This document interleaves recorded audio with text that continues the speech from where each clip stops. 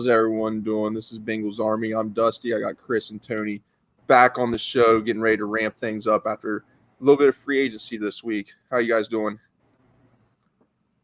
Good. Living the Chris is dream, as muted. they say. Oh yeah, it's been an exciting couple weeks. So Yeah. finally feeling the off season come to an end is a good feeling. Yeah. How were you guys feeling about this free agency? It was a little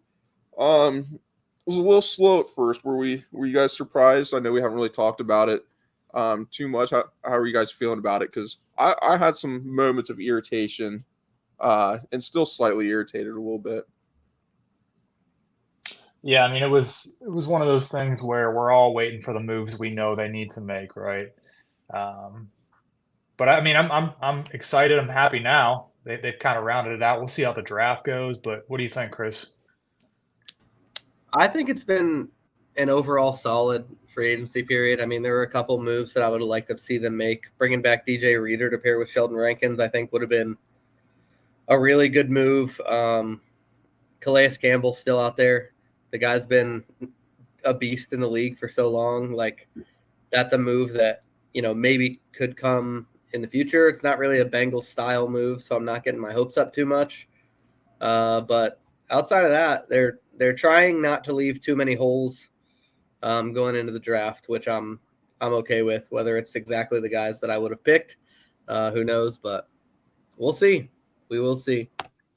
Well, and it was a lot of one-year deals, right? So, I mean, clearly they're looking to go all in, or at least go all in as much as they can right now while they're paying other guys. I just don't know. There's still the big questions, right? I mean, the T. Higgins stuff, and certainly coming out of the draft, where they're going to be at. I'm cautiously optimistic. I feel good about where we're at. We upgraded at some positions. I think Rankins is he's going to be a great player. Don't get me wrong, but it's more of a lateral move right now while Reader's going through his rehab. So I'd like to see him, to your point, man, make another move at defensive tackle. I think that's a huge gap right now, and yeah, we'll just see how the draft goes, man. Yeah, I think Tart would be really nice for us to get and bring in. I know there's concerns about his attitude and different things, but I think we built enough of a culture that if we do bring him in, I think that would be great. I do like bringing in Trent Brown at right tackle. That makes things where we don't have that glaring hole in the draft. I mean, that it's kind of a sure thing. Like, yeah, we're having to get a right tackle at that point if we did not bring him in.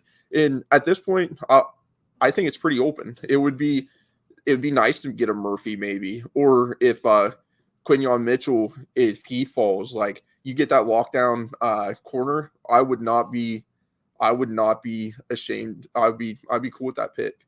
Isaiah says, "Who day, baby? What's going on, Isaiah? Thanks for commenting, man." But what do you guys think? You think the draft's pretty open at this point? You feel good about it? Well, it doesn't show their hand, right? I mean, now that they've got a right tackle, they've got more flexibility there because everybody in the league would have known what they're doing in round one had they not taken Trent Brown. Yeah. I think there's still a lot of flexibility as far as where we could go.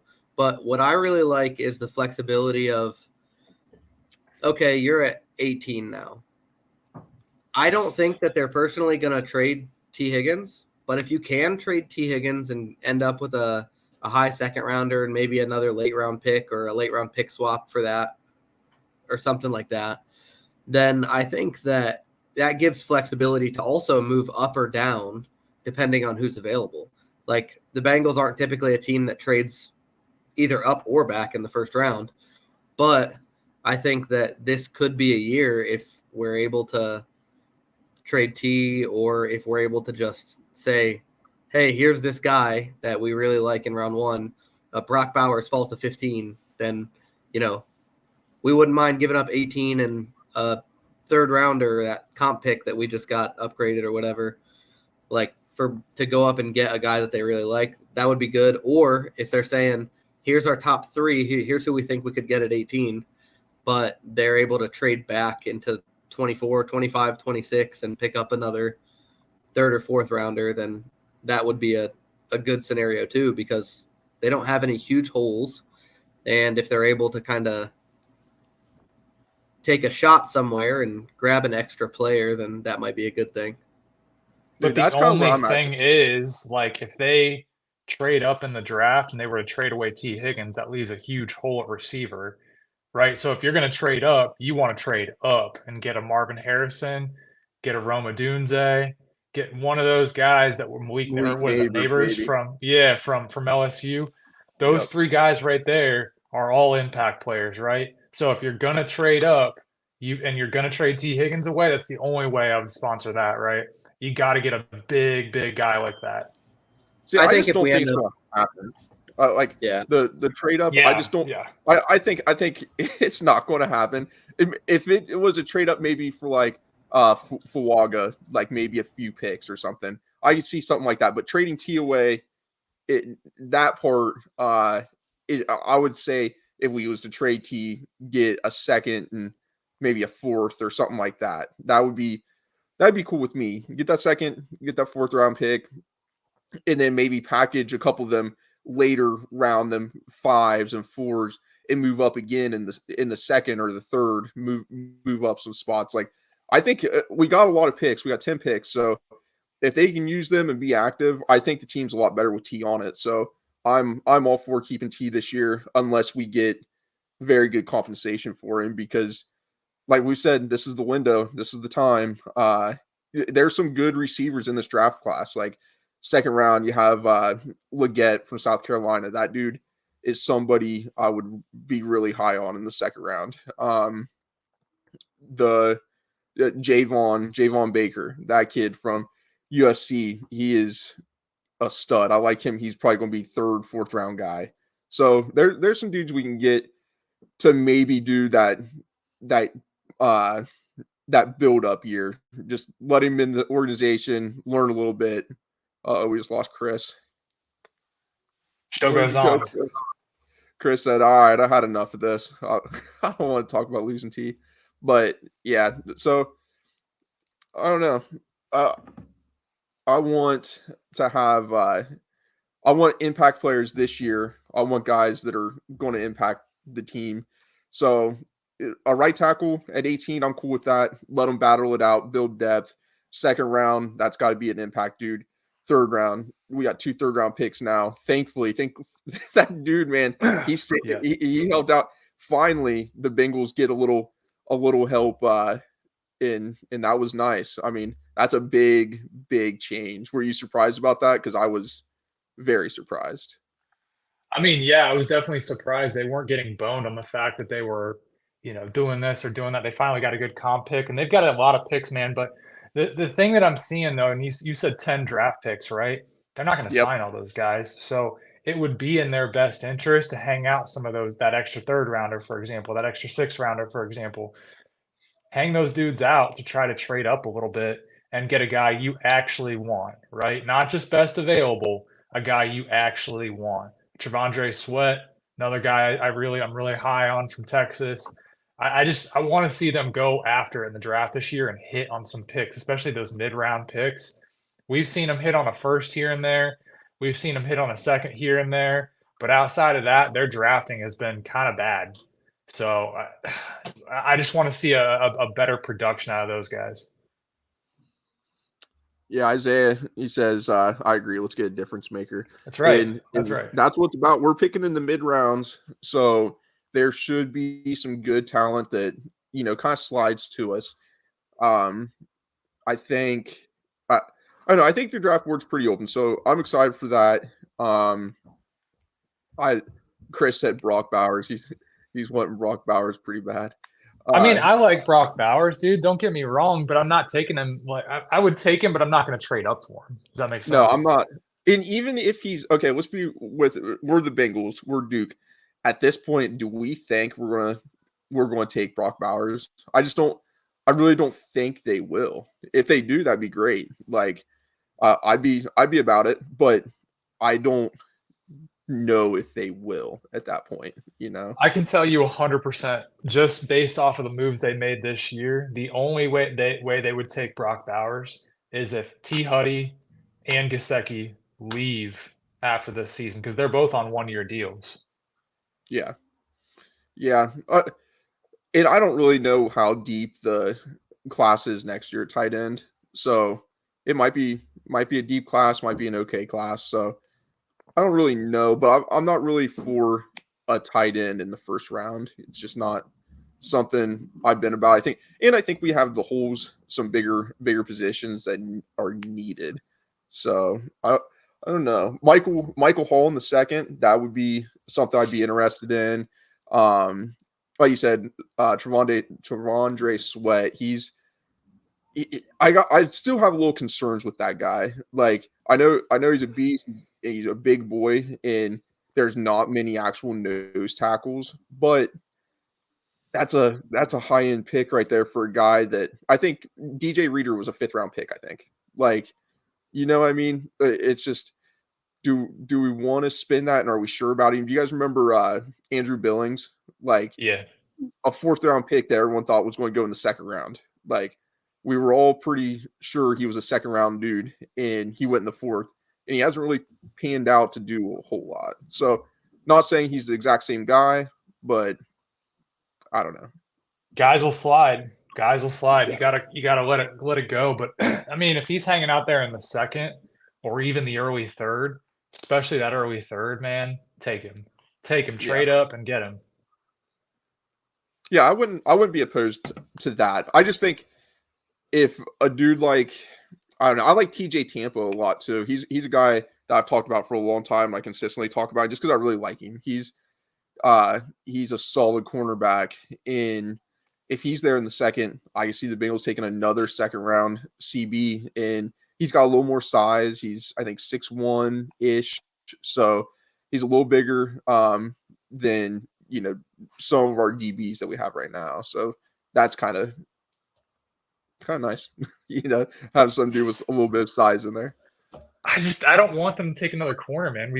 We have positions in need right now. That front 7, that's what we really need. We need a front 7. Corner is a Yeah. position of need.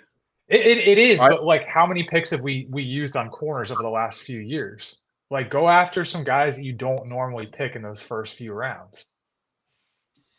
Yeah, I would say that corner is probably more important of a position of need right now because, no offense to DJ Turner, but he made a couple solid plays last year, but he was getting picked on.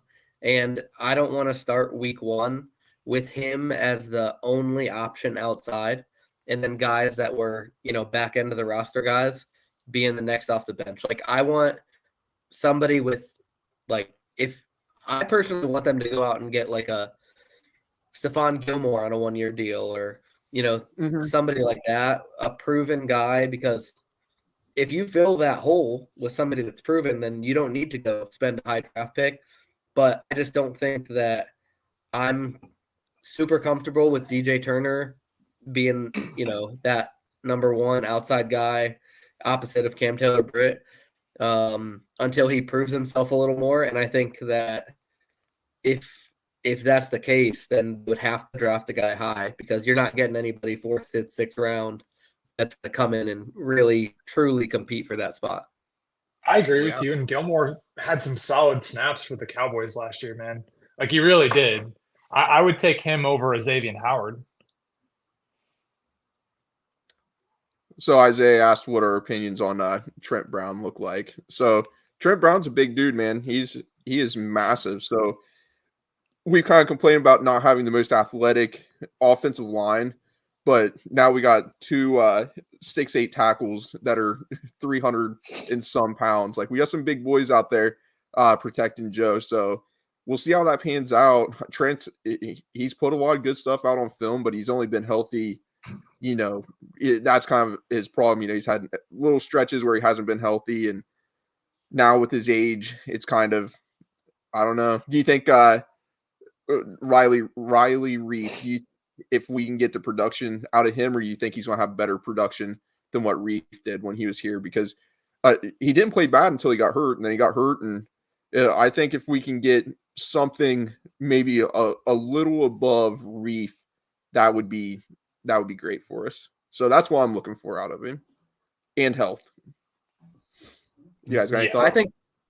I think for what the Bengals do, Trent Brown is going to be great. I was listening to another podcast earlier today, the Locked On Bengals podcast, and they were talking about how Trent Brown has the most island snaps of any tackle in the last few years.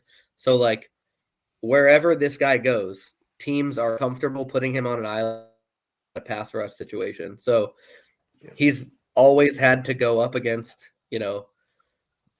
the top pass rushers. When he's playing left tackle, he's always had to go up against the top guy on the other side. And more often than not, he's going against them one-on-one with no help from a tight end, no chip from a running back. And if we put this guy, opposite of Orlando Brown, what you mentioned earlier, we have two guys that are 6'8", 350 plus, 360 plus. Like, it's going to be really good for what the Bengals want to do to let Trent Brown be on an island and help wherever else is needed. Because a lot of times last year and the year before, we were needing help up the middle, but we needed to chip on the outside.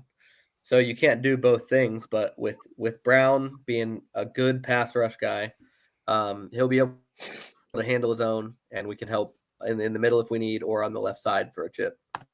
Well, and here's the side effect of that, right? Bengals are top 5 in the league and leaving their tackles on an island, right?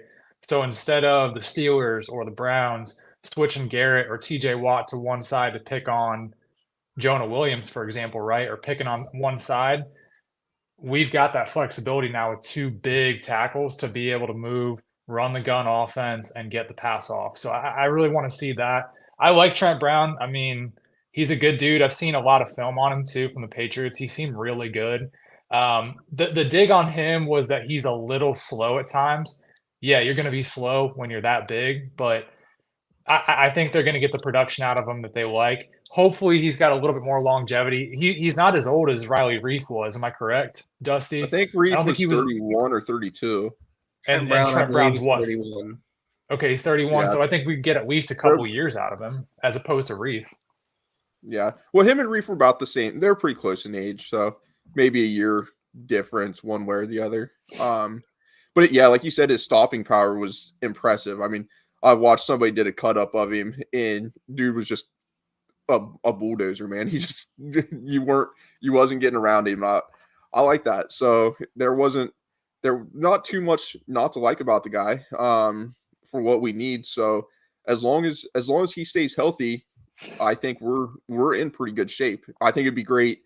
That's why I think the draft's pretty open, because if we have him in there and he is healthy and we get, a second round tackle, the BYU kid, or there's somebody that slides, like we could have a good tackle right there. Andrew Whitworth was a second round tackle, so there's going to be talent out there. It's a really good tackle class. So if we could get a dude maybe in the second round, maybe even the third round, the kid from Notre Dame, there's a handful of them, but we could really make a difference. And that kind of brings me back to pick 18, Jackson Powers Johnson. He's with this signing, that kind of opens it up for a guy that I've kind of been really high on, just thinking of somebody that has potential to be not just a Pro Bowler, but an All-Pro. And you get that dude in the middle. Like, we love Ted, and he's on his last year of his deal. So, it's last year. So if we don't re-sign him, in which I don't think he's going to be a crazy expensive signing, it'd be great, for him to have an above average year for him this year, and then bring him back and let Jackson Powers Johnson play guard, and then whatever. That gives us really great depth with Volson. So, or just let him battle it out. So maybe he's not as ready as we think. Let him battle it out with Volson, get a little experience, and then I'm sure he will be immediate. That's my thought. He will be an immediate impact guy. So that's big to me. Immediate impact, immediate playing, and potential to be all pro. Yeah, we won't see the growing pains that we saw out of Volson. I mean, we're still kind of seeing remnants of that, but there was some serious growing pains with Volson. That first year, you guys remember, man, like it took him a minute to get used to the speed of the NFL. I think it's interesting you brought up Jackson Powers Johnson, because he's a guy that's high on a lot of people's boards. if you're not going to trade up for like a surefire guy like Joe Alt from Notre Dame, go after a guy like that because he is going to be an impact player. I agree with you from day one. Mm-hmm. Yeah, I think the difference with him and Volson is Volson was like a 4th-round pick. So yeah, when you're picking a guy with a high ceiling, he's going to go high. And when that's the case, that is the benefit of getting somebody that high, but you're also foregoing another impact position. If he is going to be a guy that you're saying, all right, well, we think that he can sit for a year, or, we think that he'll be a competition, but not necessarily an upgrade at what we have now, then it's tough for me to jump on board with using that 1st-round pick at a place where we wouldn't get an immediate impact, immediate upgrade. But then again, I mean, I see the benefit in having a guy sit for a year, or having a guy that you can feel comfortable starting week 1. If he does beat out a guy like Volson, he's no longer a 4th-round rookie anymore. He's this is his 4th year in the league, 3rd year in the league? Third. Yeah. Oh, I mean, he's got 2 full seasons under his belt. Like, that's that experience is meaningful. So if we do bring in a guy like JPJ and he beats out Volson, then that's also a huge plus. Yeah, I agree. Is there any trades for players that you think we could possibly do? Like, well, let's just say pick swaps. And everybody in the chat, I just want to thanks, for the chats, keeping them going, and all our viewers, we appreciate it, man. If you guys have anybody that you would like, maybe the Bengals to trade a pick for, like you could take, a 3rd-round pick and possibly get an impact player, a proven veteran, and bring in. And that's not something we see. We had the one dude from who's that tackle? I forget his name, from the Bills a few years ago. That's when we traded back, and I think we got Billy Price that year. Glenn? Yeah. Yep. Glenn. And that didn't pan out for us, but move back a few spots, you get a guy and see how that works. And I like that. So yep. You guys, is there anybody you think could be out there? I haven't really looked at it. I just figured it'd be a good question to ask you. Justin Jefferson, anyone? I legitimately think that the Bengals have a compelling package that they could put together, like T. Higgins, like a 1st-round pick from next year, maybe, or honestly, even pick 18. Like, I would be on board with putting T. Higgins, another, like, a high pick from this year, next year, and then maybe like a 3rd or 4th from this year, next year as well. If we can get Justin Jefferson to the Bengals, immediately lock up both him and Jamar, for 3 or 4 years for $30 million plus. Like, we all know that the salary cap is fake anyways, and there's a million different ways that teams jump through those hoops every year. But I would be to get Joe Burrow, Jamar Chase, and Justin Jefferson all on the same team. Like, it sounds like a pipe dream, but hey, remember we had T.O. and Chad Johnson at one point, and that was it didn't work out quite as well as we thought. That wasn't necessarily in the prime of their careers, but no, no, it's definitely different. I'm just saying there was a time where we brought in we had 2 stud, very wild receivers. So that, I don't know, that's interesting. My thing, if T stays healthy this year, T is a top 12 receiver. I truly believe that. So having Justin Jefferson would be great, but dude, that price tag that's a lot of money to lock down between him, Joe, and Jamar. And I feel like you can build a little better without Justin Jefferson. It'd be fun. It'd be great. It'd be a fucking wild ride. But damn, dude, I don't know about that money like that. No, I don't. I mean, like, look, that'd be sick if we did it. But at the same time, I look at all these teams that won Super Bowl rings. They haven't won them with that kind of expenditure on the receiver. They just haven't. They've won it from quarterback play and good defense. I mean, that'd be cool. The problem, like Chris, it's not that we don't have a good trade package for him. It's that the Vikings are going to be, they're not even going to allow it. Like, they're not even going to allow a trade on Justin Jefferson. They're just going to be petty and not even let it happen. We could give them 3 firsts and T, and they'll still say no. They'll give back something stupid like we'll take Joe Burrow. If the Vikings are committed to a rebuild, which I mean, Kirk Cousins, he is what he is. He's been, I would say, when the years that we had Andy Dalton, Andy was the if you're better than Andy Dalton, you're a good quarterback. If you're worse than Andy Dalton, you're not a very good quarterback.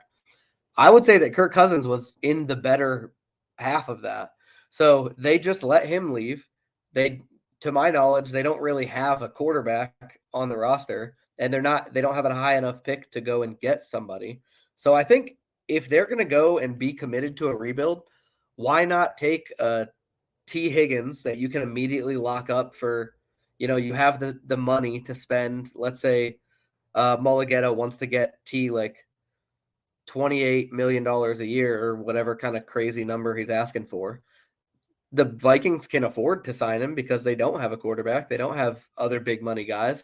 You're not like, for us to get him back, and instead of paying T, let's say we offered him the same kind of deal a lot of these other receivers are getting, like 4 years, 100 million, something in that range. That seems to be like the going rate for a not top 10 guy, but 12 to 15, 12 to 18 kind of thing. If we're only going to be spending $5 million more per year to be able to get a guy like Jefferson, like, it is for sure a pipe dream, and a lot of people have been saying it, and it's mostly just a joke from everybody. But I feel like if there's a team and a time, then the time could be right now. And the Bengals love wide receivers. Like, they've always had 2 guys. If you keep T, you risk losing him for nothing. So if you're going to lose him for nothing anyways, why not get a guy that you're going to pay a couple more, $5 million more a year, which I'm not saying that like it's a small amount. That is a big deal. But I would much rather have him than sign like depth corner that's going to be 5th on the roster and see the field for 15% of snaps throughout the year. So yeah, no, I get it. Hey Dusty, you mind if I'm gonna address Isaiah's Mixon, Zach Moss. Yeah, I was waiting for that. Yeah. I'll hit on that real quick, man. So my opinion is it's a good move. I like Zach Moss. He came off a career year, and if you look at what Joe's getting paid by the Houston Texans, his cap hit's not that big of a deal this year, but year 2, year 3, his year 3 cap hit is $10.5 million on that deal. I'm happy for him. He went and got paid. The Bengals weren't going to pay that. I think Zach Moss is a good runner, a good pass blocker, especially, which is someone they need. And then they can switch it up with a guy like Chase Brown. Chase Brown's super dynamic. I think he proved that last year. So between those two, I feel really good about it. I know other Bengals fans don't, but I feel better about our run game this year than I did last year. Chris, I'll let you hit on that, and then I'll say some thoughts as well. One of the things that I really like that I heard about Zach Moss is that he was like most effective from running from the shotgun. And the Bengals, like, for whatever reason, have not been able to run out of the gun. So if that's one of Zach Moss's strengths, and that's something that the Bengals want to do more of, then I think it's a fit there. I think I loved Joe Mixon, but the last couple years, he just hasn't really given you the explosiveness that you want to see for, before last year, which was his like $6.5 million cap hit or whatever it was. He was up around 10 million a year before he took that, pay cut. So I think that while Mixon was a favorite in the locker room, probably a fan favorite, I think it's a good move for the Bengals to be able to get anything for Mixon, because they literally announced they were going to cut him. So to get a 7th rounder, okay, great. And for Mixon to go to Houston, which is a solid up and coming team, and to get the 3-year $27 million extension or whatever it was. I think that that's great for him. And I think Zach Moss is probably a better fit for the Bengals. If I told you, oh, yeah, I watched a bunch of Zach Moss last year. No, I wasn't watching many Colts games, and I doubt many other people outside of Indianapolis were, But I saw him on fantasy, and he was going off both when Jonathan Taylor was in and when Jonathan Taylor was out. So that's a net positive in my opinion. We save a couple $1,000,000. We get a guy that probably fits our offense better. Yeah. David Houday, buddy, thanks for tuning back in. David said he's watched a few Colt games last year. Moss was super consistent. I think he meant to say I still love Mixon. But yeah, Joe, dude, it's one of them bittersweet things, right? We all have guys that are fan favorites. Joe came in with some issues from when he was a kid. We've all done silly things, and when you're in that spotlight stuff, it wasn't a good look. It wasn't ideal. But ever since Joe's here, he was a good ball player, and he was good to the fans. There's something to say about a guy that will go out, throw the football with little kids in the stands and fans in the stands. Like, them are memories. One day when Harper gets a little older, and I'm not saying we have fans that are super crazy and that I wouldn't wonder at some games, but you never know. So one day when she gets old enough and go there, it would be great to have a player, toss her a ball and let her throw it back and just have that memory. That's something that sticks with you for a long time. And regardless how good of a player is that does that, you still retain that and remember it. And he's done it for a long time. And he's been a good locker room guy. He's definitely a leader in that locker room. He's a captain. So the loss of him, the departure, is sad. Now, his play on the field, let's just say, I wouldn't say subpar. He's been above average running back for sure. And even last year when we started doing the podcast, I said, Joe Mixon's a top 10 running back. And I still believe he is a top 10 running back. In the offensive lines, that's a big thing. It's the offensive lines that he's had to deal with have not been great offensive lines, right? And he still got there was a lot of times where he was getting hit in the backfield and still got, a couple yards, or at least made to the line of scrimmage. And so his vision was decent, his cutting ability, his ability to catch the ball out of the backfield, his blocking was not the best. You would have liked to seen that improve over time, but it didn't quite. I don't know if it was just something he didn't, put a lot of practice in, or if he just couldn't. I don't know. He couldn't do it well, but something was going on there. He didn't block super great. But Joe Mixon in a whole, I would have loved to have on the team. But we saved $2 million. If that $2 million can roll over to a Stephon Gilmore or Tara Tart, that right there would make sense to me. And you get a guy like Zach Moss that fits our system pretty well. He blocks well, and he runs the ball proficiently. He's pretty athletic. I think between him and Chase Brown is going to be a very good a matchup. And there's some guys, and we'll get to when we do this mock draft here in a few minutes, that there's some guys back there that are that we could bring in. And plus we got Williams back as well. And he's a special teamer that does well for us. But there's a lot of times the Bengals keep 4 running backs. So what's that cat's name? Chris, the guy from Michigan that we all thought was going to be a great running back, and he's kind of faded away. Chris Evans. You guys remember Chris Evans? Yeah. So Chris Evans, maybe on the practice squad, maybe not with the Bengals this year, but I would like to see us take a mid-round running back. So yeah, hopefully that answers the question for you guys. Let's see. Yeah, and dude, it's a committee league now. Like, we don't live in an RB1 league anymore. I mean, you can, I guess. Like, that's cool, but like, we've seen so many successful teams run committees. Look at, and I hate comparing us to like the Ravens, but look how many runners they had last year. They lost a lot of them, but look how successful they were running the ball with 2, 3, 4 different guys at times. They were great. right? So I don't have any problem with who they put in either. It didn't it. matter. Didn't matter, and it wasn't predictable either. When Mixon was in, they knew they were probably running on first down. Mixon's in, they're probably running the ball. If Same with tight end. Yeah, and if P. Ryan was in on third down, they're probably passing, right? So like, I like that the Zach Moss, Chris Evans thing is here. That removes them from that tendency that they had to run with certain guys, and that committee league is here now in Cincinnati. Yeah, I actually agree with that. And now we haven't really talked. We didn't really hit on tight ends a whole lot, but Mike Gesicki, dude, I love that pick because it wasn't expensive, and Gesicki has not played. If you watch this press conference, he has not played with anybody like Joe Burrow in Joe Burrow's realm. Like it was, he's gonna have himself a year. I would have loved personally to see Hayden Hurst come back and got Gesicki. That would have been two signings. Just pairing those guys would have been just the energy that he brings. Hayden Hurst, that is, but yeah, I like Gesicki. I like what he can do. He's got good size to him, big catch radius.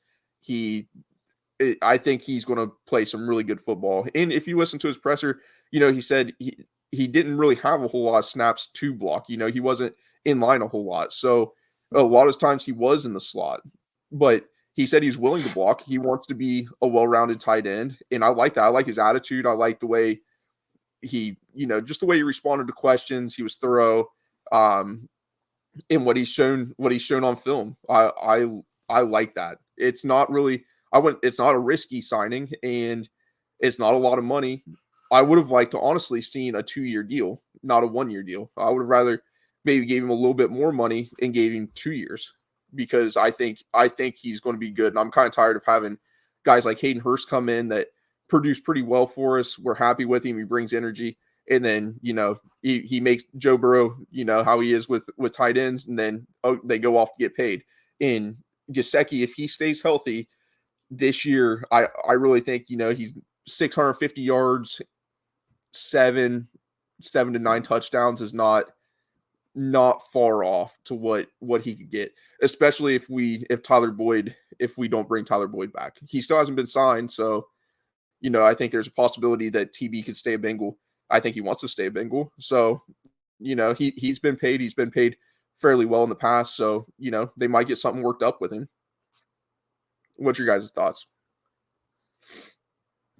I love the Gesicki pickup for the money that they gave him. I mean, it's nice and it's easy for a guy like that to be able to come onto a team that has Joe Burrow as the quarterback. And like he said, he's never played with a guy like Joe Burrow. Joe Burrow is going to be accurate. He's going to throw with anticipation. He's going to know where Gesicki's going, sometimes even, before he will or before the defender will, whatever.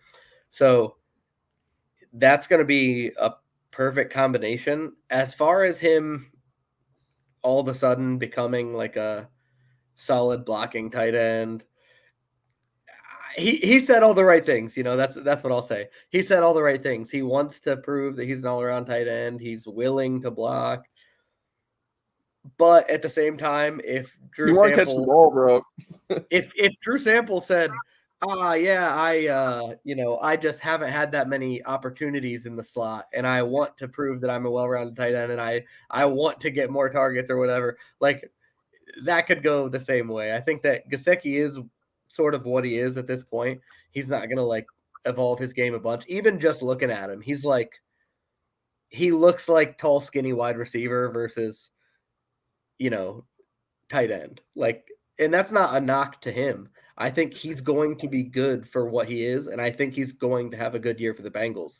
But I think a lot of the production that'll come from him is going to be on a 2 tight end set where Sample can stay in and block. And whether that's last year, I praised the Bengals a lot when hold on, Chris, is this you? This is not me. Okay. All right. So this is another Chris Williams. So somebody posted earlier, and I was like, oh, Chris, you're I do that's believe your internet cut out. I do believe that this is my dad, but Chris Williams is a pretty common name, I'm Chris Williams, my dad Chris Williams, my son is Chris Williams. So We're out Yeah, here. your 2-year-old. We're out there, he said. Yeah. But yeah, I think Gesicki's going to be solid for what he is. Like whenever I praise the Bengals a lot whenever they put Drew Sample in the backfield on passing downs last year. So that gives them versatility to like send Gesicki and Sample into the huddle, and the other defense not necessarily knowing, oh yeah, this is how we have to line up and this is what's coming, blah blah blah, whatever. But it'll just be fun to see. I think that it'll be awesome to see Gesicki go out there and hopefully put up, 800 yards and, like you said, 7 to 9 touchdowns, whatever. But I mean, look, they don't know. He's obviously to your point, man. He's like said all the right things, but like he's a pass catching tight end, man. They wouldn't have done a preparatory signing on Sample if they didn't think he was a well-rounded tight end. If they thought Huddy, I think, is a little bit of both. If they thought he was an all-around tight end, they would have gave him more than $4 million a year. For sure. He's a pass-catching tight end, but I like him. I mean, I know, Dusty, you said you like Hayden Hurst a little better. I think with the health situation going on with him right now, I'd rather him be healthy and then be able to come back a good guy. I think Gesicki's a better signing right now, personally. I think he's going to be good, but I don't necessarily know if I see 700-plus yards out of him just because traditionally the Bengals throw around the ball to different tight ends. You saw last year, I mean, obviously we didn't have like a huge difference maker, but like they threw the ball around to different tight ends. Sample, Huddy, and a little bit of Irv Smith were getting the ball. I think it's going to be a lot of that this year. I hope to see Gesicki get more targets, though, especially if Tyler Boyd doesn't come back. And right now, I don't see him coming back unless it's for something real cheap. And he's going to get shopped around just to see what's out there. So, hey, it is what it is. But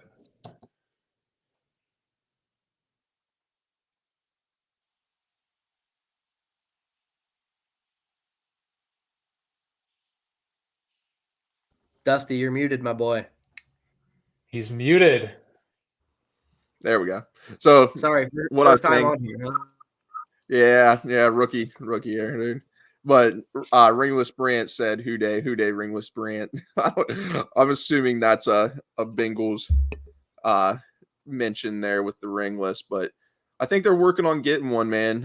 I really think the way this free agency, dude, I was really ticked off earlier about how things were kind of playing out. And some of the guys we lost, I was not too thrilled. I would like to see us make some moves earlier. Even I'm not saying big signings, but go out and get the guys like how we did Kappa and how we did Karras. Like go out, get our tier 2, tier 3 guys, and we know who we want. Let's get them now. Maybe they were in the works with some tier 1 guys. There could have been something going on there that we're not aware of that, it led to us not doing it. But yeah, I don't think I'll make it clear. I don't think Gesicki is brought in to be a blocker either. He did say the right things.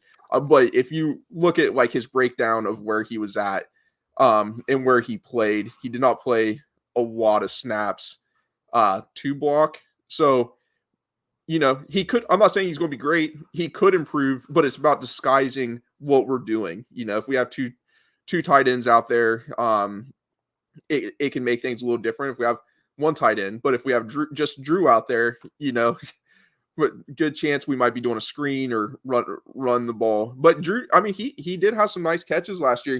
He had a couple touchdowns of his own, and he has improved year after year. I like him more now than I did when we originally took him.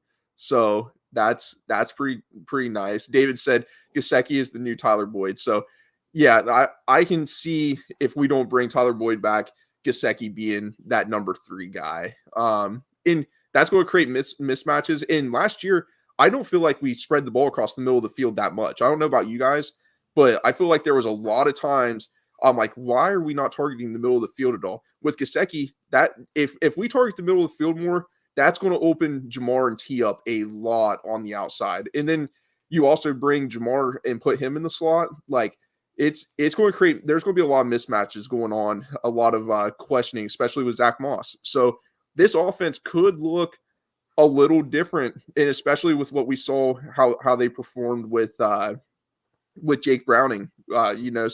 Some more under center stuff. Like we might see a different looking offense, which I'm excited for.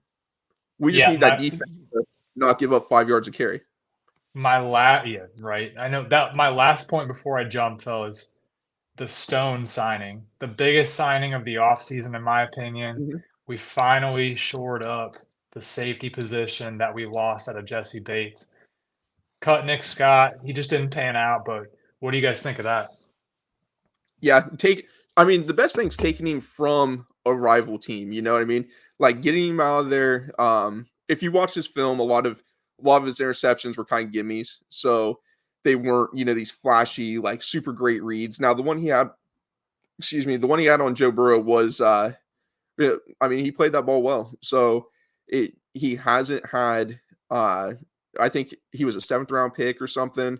So that's kind of stuck with him a little bit, with being a little bit of a cheaper signing, but he's definitely a high upside guy. If he could put together another good year, he could be a steal at safety, and bringing Vaughn back to mentor these younger dudes. If I'm betting, I'm going to say Von Bell starting week 1. I think it'll be Geno Stone, obviously, and Mike Bell. And I think there'll be a rotation. I think we'll see we might see Dax Hill a little more playing the nickel. So that'll be interesting. That defense is going to look a little different, and Lou's going to have to cook up some stuff, man. He's going to have to get that mad scientist gig on and go to town. Yeah, I think real quick before Tony jumps off, just to address the Geno Stone coming back and Von Bell coming back. I think those two guys are literally the Bengals doing something that they never do. The Bengals admitted, hey, we thought we had this covered, and bringing Von Bell back, signing Geno Stone, like that's literally the Bengals saying, hey, I know we drafted Dax Hill in the first round, but it didn't go as well as we thought it would go, and we need to make it go better. I think that Dax can be the guy that he was at Michigan, that played within 10 yards of the ball, and we're going to have so much versatility to have 3 safety sets and use Dax as like a second nickel kind of deal in like dime packages or nickel packages where we have maybe instead of like an extra safety out there, or we take a corner off, but like he's going to be super versatile. I think that Lou's going to move him around. And then Jordan Battle, like he showed some flashes last year of being a solid player. I think Von Bell came back just as much for the Bengals to kind of mentor him and get him ready to kind of try to start next year as they did for him to start this year. I don't think Von Bell's coming back without the understanding that he'll be out there to start. And obviously Geno Stone, you're paying him $7.5 million. So he's going to start. Like that puts a fire under Dax too, to say, hey, you got a year or 2 to figure this out. And if not, we're more than prepared to move on from you. So I think great moves to bring back Von Bell and to bring in Geno Stone to shore up that safety room, because last year the big plays, they killed us all the time, and hopefully that slows up this year. Dude, iron sharpens iron, man. That's what it is. Competition, that's what breeds excellence. That's what my basketball and baseball coaches used to always say. Competition breeds excellence. And I still, 12 years later, carry that around, like the more you compete, the better you're going to get, the better I'm going to get. So I think Dax has a bright future. I think he has flashed. He's shown some things. DJ Turner early in the year, he flashed. He showed some things, and then he just kind of fell off a little bit. But I think his size is what worries me a little. Just being a little smaller. Obviously the speed's there. When the experience and the speed catch up to one another, I think we're gonna have some good DBs. But bringing Vaughn in, I don't want to stunt Battle's growth. I would say, like, I I want him to get the experience. I want to see him play, but I want to see Vaughn out there and let him learn from him. Let him see what a real leader looks like.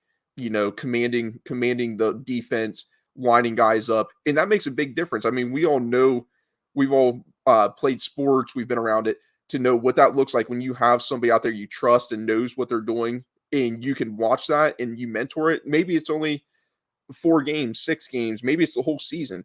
But Jesse Bates, he even had up and down seasons, especially earlier on in his career. And a lot of times he was a guy that he might play 4 great games and have 2 to 3 bad games. And then you have, 4 good. He was always like one of those guys that you just split the season with him. If he could pair together a good season, he would have been an all pro, and he didn't always do that. So that's something with having Vaughn there. Tony, you about to kick out? Or you have any closing thoughts, buddy? Nah, man. Great to be back. So looking forward to plenty more lives here soon, man. Who dey? Who dey?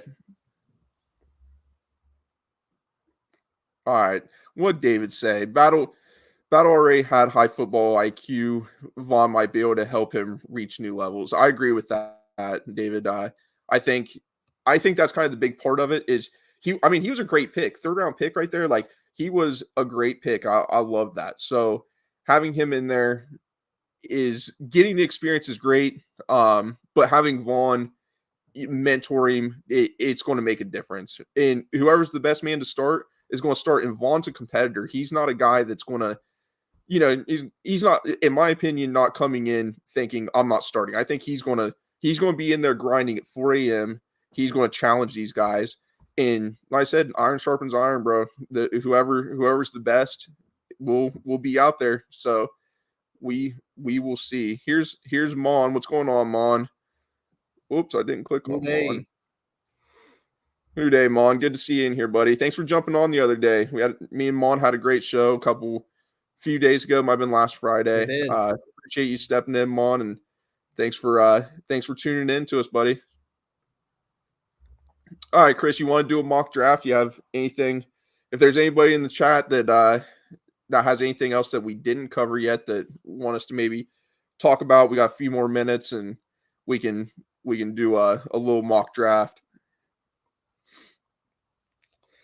Yeah, I think that's just about all that I have to say so far about free agency. A lot of really good moves, bringing back Trent Irwin, Akeem Davis-Gaither. Like, they're shoring up the depth, keeping guys around that have been around, like, for decent contracts, and really just the depth, I think, has been a true focus this year. Especially, you can see that with the safety room. Like, guys like Akeem Davis-Gaither, usually you kind of just let those guys walk. Bringing back, that was big, dude. I like that. Yep. You kind of just usually let those guys walk, but bringing him back just showed the emphasis on the depth portion, because he's a good guy to have around to be able to come off the bench in specific situations. He was a solid blitzer. He's pretty solid in coverage. So, given the opportunity, he every time he's had an opportunity, he's played well. So having him for depth, I really like that. And he was a guy that, I think has been forgot a little bit about. And a lot of Bengals fans wanted him. A lot of us predicted him in the 4th round, whatever year that was, 2020, 2019? Yeah, 2020, I think. Yeah, so around that time, a lot of people had him very high, rated high, and wanted him to be there. So I think that gives us good security, and he's super athletic. Now he's been in the system. Bringing him back was a great signing. I know, he's. So I talked to some people on Twitter, and they're like, that was kind of pricey having him. I'm like, dude, he's worth it, because behind him we don't have much. I don't know if we have Joe Bocci anymore. I don't think we have Bocci. So, like, you need that. And I can imagine the Bengals will probably draft another linebacker. So I want to get to David's comment here. Do you guys really think T demanded a trade? So I don't think T did. I think that's more just the politics of the NFL trying to get stuff done, stir stir things around, see what happens. I think that might be more of his agent kind of thing. But if you look at T's upcoming in his I guess when he got to the Bengals, he wanted to be there. AJ Green was his favorite player. He he came from these rough beginnings, and he's a humble guy. So, and everything about him shows he's still a humble dude. So I don't know. I just don't see it. I love T. I would love to have T. I think he makes our team better. I want what's best for him long term, and I want what's best for the Bengals long term. So whatever's made of it, if we can go out and win a Super Bowl this year and have T on the team, that's great. If he's on the team, and I predict that he's going to play, he's not going to let 21 million just sit out there. And he's obligated. So that's that's just what it is. So I think he'll play. And next year, if we tag him, we could tag and trade him next year. So we see how that pans out. I think leaving him on this year, tag and trade next year would be great. He's going to make 21 million. I hope and I pray for the guy. He stays healthy and he has his best year yet. Yeah, I'm 100% on board with basically everything that you just said. I think that ever since T's been here, he's been super humble. He's been all about the team. He's been all about he's even made comments in previous years about like he's been asked about other guys holding out, and he said like, are you crazy? Like, well, who am I to let whatever amount of $1 million go? So I think if it were up to T, he would take like whether it's guarantees that they're far off or whether the Bengals are giving him, they're offering him 23, 24 million, and his agent wants to get him 28, 29 million because we need to reset the market, and we need to, if T takes a little less, then it's hurting other receivers' deals in the future, blah, blah, blah, whatever the case is. I think David Mulligetta is like the worst type of agent, and it's bad for the game, and it's bad for teams that want to get everybody paid. It's like you can get the top end guys, what the top end guys are going to get, but then you have 5 other guys taking a $2 million haircut on their deals. So are you really actually helping people get the most money? No, outside of the top 30 guys in the league. So I think that when it comes down to it, T, like you said, is going to play. He's going to come here for camp. He's going to come here, be part of the team, and he's going to play this year on the franchise tag. Personally, if I'm the Bengals and T has a solid year, I'm tagging him again. Like I don't know what the actual amount is or will be. I think it's like whatever the cap figure is plus 20% or something like that. But if I have to pay, I have to pay 25 million for T next year, but his, long-term 3 or 4 year deal is going to be 28 or 29 million. I'm completely on board with tagging him again. Completely on board with like letting him play or trying to tag and trade, whatever the case is. But yeah, I think the Bengals may never get a deal done with a David Mulligetta client. They're going to have to. They're going to have to. I mean, will they though? Because if every year this guy's demanding 70% of the contracts be guaranteed, like the Bengals just don't do that. And I think like with Joe Burrow, they had to change it up a little bit. But eventually players will have to see as well. Like, sure, the Bengals might not guarantee the money the way that, other teams might, but the Bengals are more loyal than other teams when it comes to letting people play out their entire contracts. So it's pretty rare for the Bengals to cut somebody before their deal is up. So they usually get all of the money that they say that they're going to get. It's just a difference in like the agent wants it all to be in writing versus the Bengals usually say, no, we'll just keep you on the roster and we'll figure it out because we're loyal. It's just My thought with David Mulligetta, dude, I think I wouldn't say he's a bad agent. I think he wants the most for. I think the people that he's covering knows what they're getting with him, right? So, money talks. If you can get a guy that's like, hey, I'm going to get the most I can get for you, doesn't mean you're going to go in the best situation. You still have say, right? Like if I'm T Higgins and I'm going to, let's say the Panthers or something, a team that hasn't been that great. They're not that great, but or let's say the Bears. You go somewhere like the Bears. I think they just signed Keenan what's the cat from the Chargers? Keenan Allen. He's been in the league. Yeah, Keenan Allen.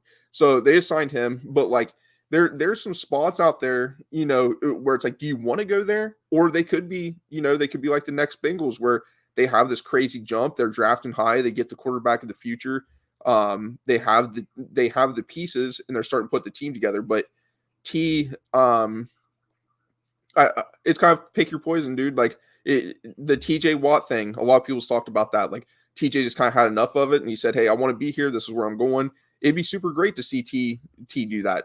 And I'm assuming he trusts David Mulligetta. Mon said next year it looks like it's going to be 25 to 26. So, in my opinion, if you're paying almost 50 million guaranteed, if you tag him next year, that's 50 million, pretty much 50 million guaranteed. 40, let's say 47 or 40, 46 million guaranteed. Like, why not just sign him this year? If he now maybe he doesn't want to do a 3-year deal, maybe he wants a 4-year deal with 80 million guaranteed and something. So it's hard to tell. We're not in those conversations to know what's going on, to know where they're at. If you look at Michael Pittman's contract, that's a guy that has been compared to him because of where they were drafted and also what they bring to the table, the way they play. So I think that's a fair 70 some million, like 3 years. I don't know I forget what his guarantees were, but let's just say he was guaranteed 80% of that. Like I wouldn't have a problem giving that to T. The big thing is T putting together a healthy year. He did have 2 touchdowns in the Super Bowl. He was a big factor in the Super Bowl for us. He's been a big factor. He closed out the Chiefs game with a huge third down catch that got us home field advantage in the playoffs for week 1 that won us the AFC North. Like T's a dude, man. I like T. I like what he brings. I think he's definitely better. I think the Bengals are better with T on the team. So it would be really nice to work it out. And I think that's something the Bengals got to do. Like, dude, figure it out. Like it goes back to like Jesse Bates and T Higgins. You get these guys, you spend high draft capital on them, and they perform above, or they perform at or above what your standard is for them.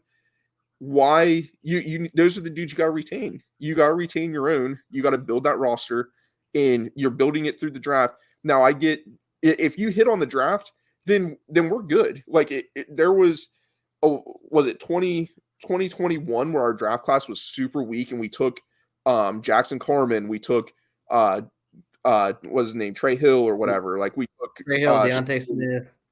Deontay Smith. Dude, we took some dudes, and they did not pan out for us.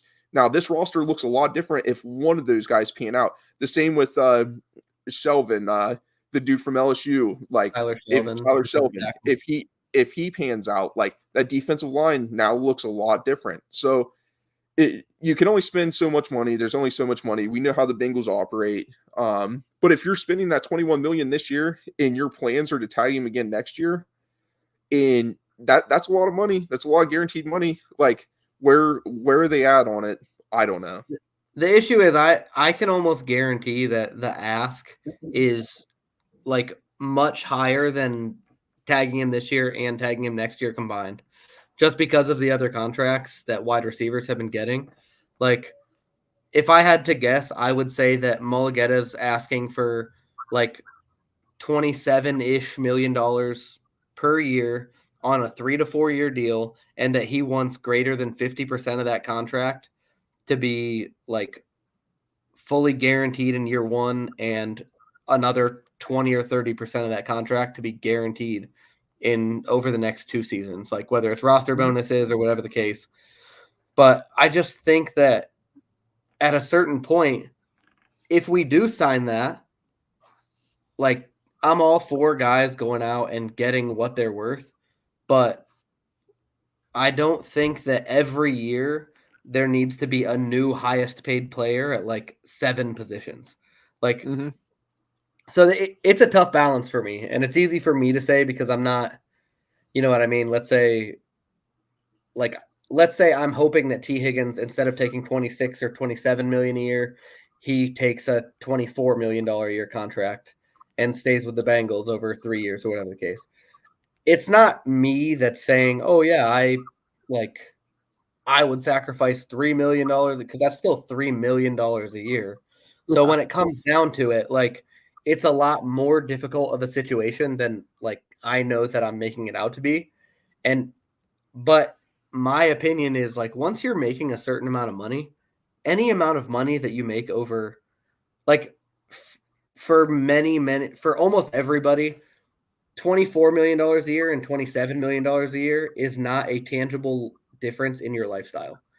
It's not a tangible difference in your lifestyle. It's not a tangible difference in the like your kids going to college. It's not a tangible difference in paying for vehicles for your kids or paying for whatever the case. So I agree.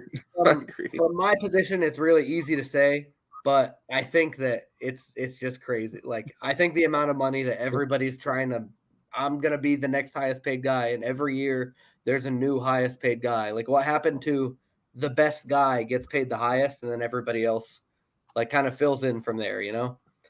Yeah, no, I 100% agree with you, Chris.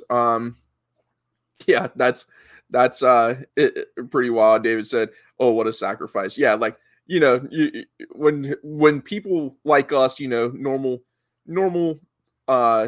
middle class people are talking about $3 million. It's like, yeah, like a $3 million raise would be pretty sufficient. Like I wouldn't mind that, But like you said, when you put it in perspective of 24 to 26, 24 to 27, but you're on a Super Bowl roster. That piece right there, saving that $3 million, can take you over the top, get you a Stephon Gilmore, get you Tart, get you maybe that little piece brings a Zach Moss and you retain Joe Mixon, So now you have the backfield that you want. You have these just different pieces you want.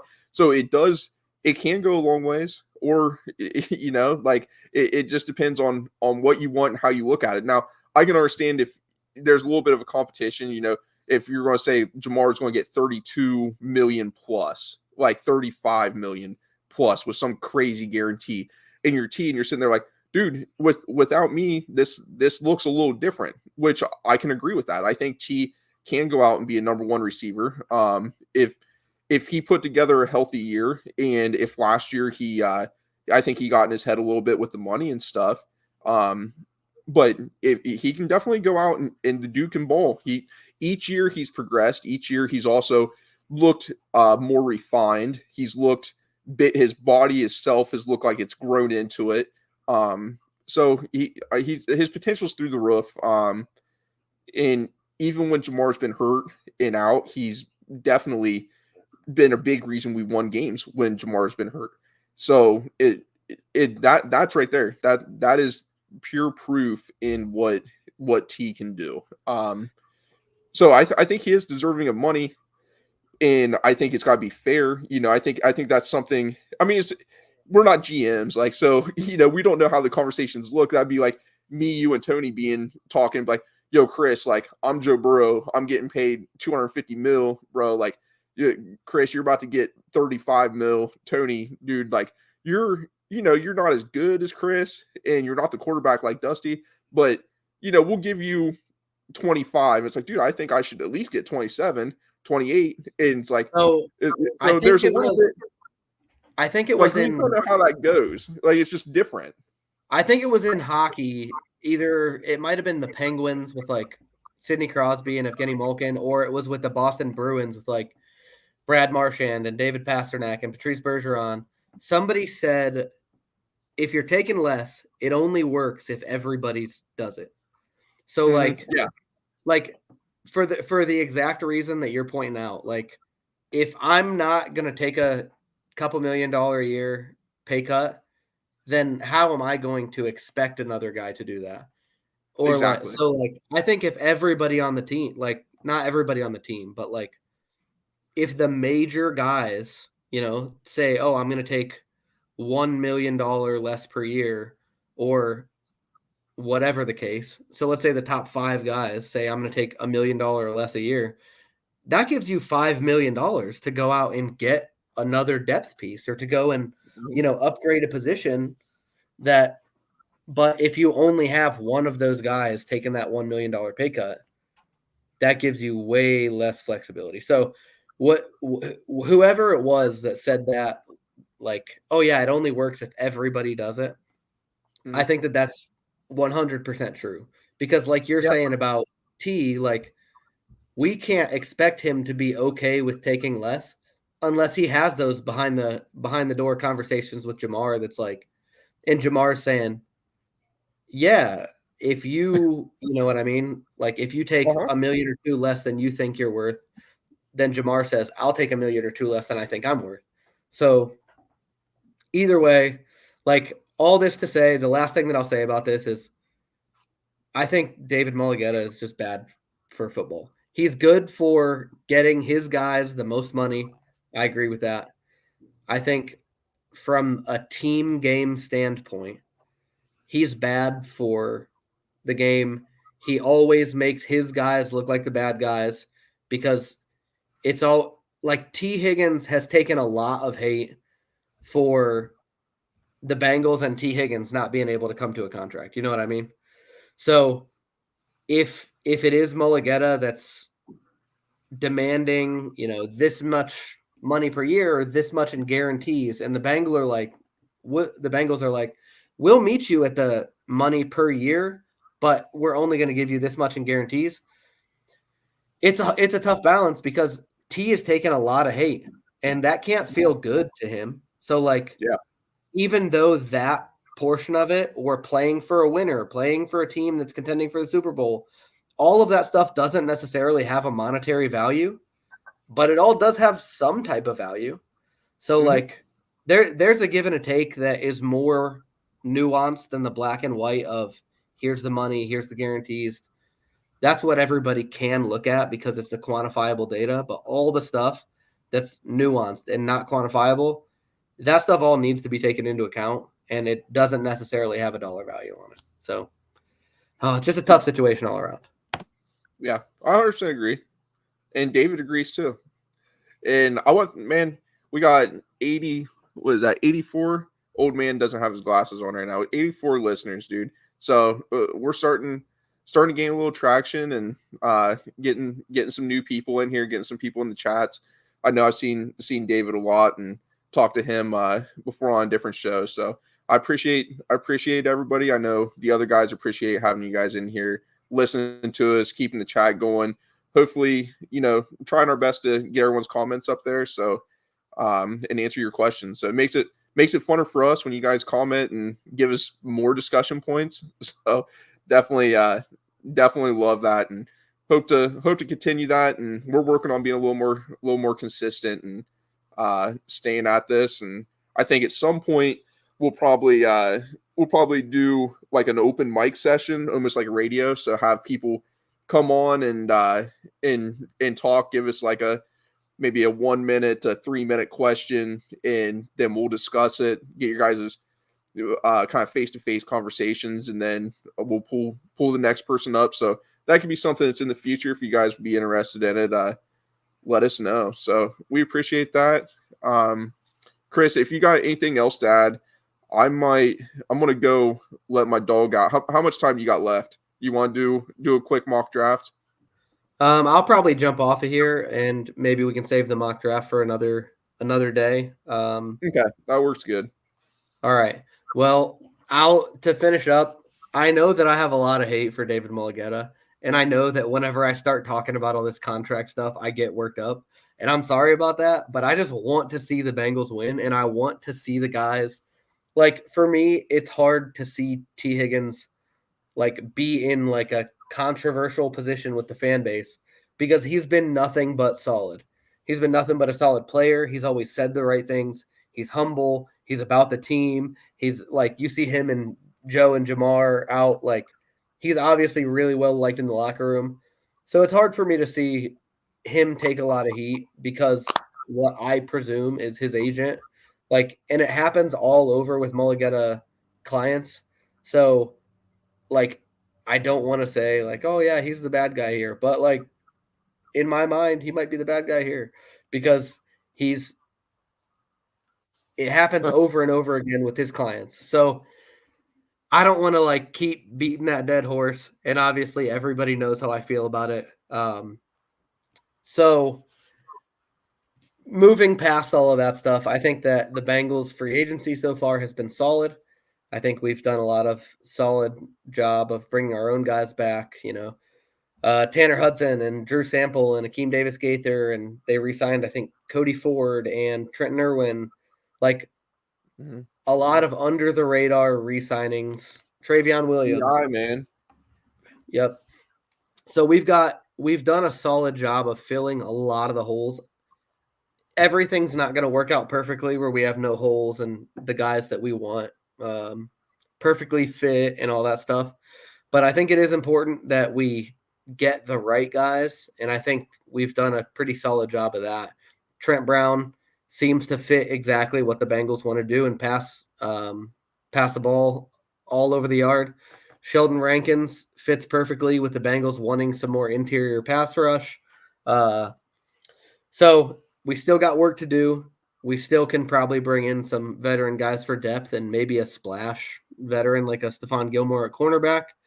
But overall, we've done a good job setting ourselves up for the draft, and that's all that we can ask for. Yep, 100% agree. I know I was a little, if you follow me on Twitter, I was being a little, I guess, harsh on the Bengals not making some signings, and that probably came in around day 2, day 3. So it was kind of frustrating because it's like, dude, let's just go get our guys. Let's go get. And like I said earlier, you don't know who they were talking to, how those discussions were going. Maybe they had their eyes on some other people that we didn't know about, and it would have been a lot more costly. So they're being, just strategic about it, which you can't blame them for. But at this point, I'm happy with where they're at. But I do believe so I talked to one of my buddies who gets pretty defensive when you talk bad about the Bengals, and in which I don't blame him. But I'm also one of those people like I've cooled off a lot in my life. Chris, you know that, and I've becoming a dad's mellowed me and my attitude down quite a bit. So instead of being taking what was said and going off the rails with it, it was more, hey, take a breath. And I feel like this is advice for a lot of people. Take in what's being said, understand who's saying it, and maybe they're not having the best day, and you're kind of making it worse by adding an attitude for something that doesn't really matter. So the best thing to do, take a breath, maybe look at the other person's opinion on it, and then talk it out. Like just talk it out when cooler heads always prevail. So that was nice. It was nice talking to one of my buddies and understanding where we were both coming from, and not overreacting and handling it more like gentlemen. So I do want to say that. So if anybody's seen that possible conversation that I'm talking about, things were settled, and there's no bad blood, nothing wrong. We're passionate fans, and we love our Bengals, and it is how it is sometimes. But just be respectful to one another. Understand we're all fans. We all have our opinions, and I think it is our obligation to hold the Bengals accountable for their actions. Most of us have been fans for a very long time.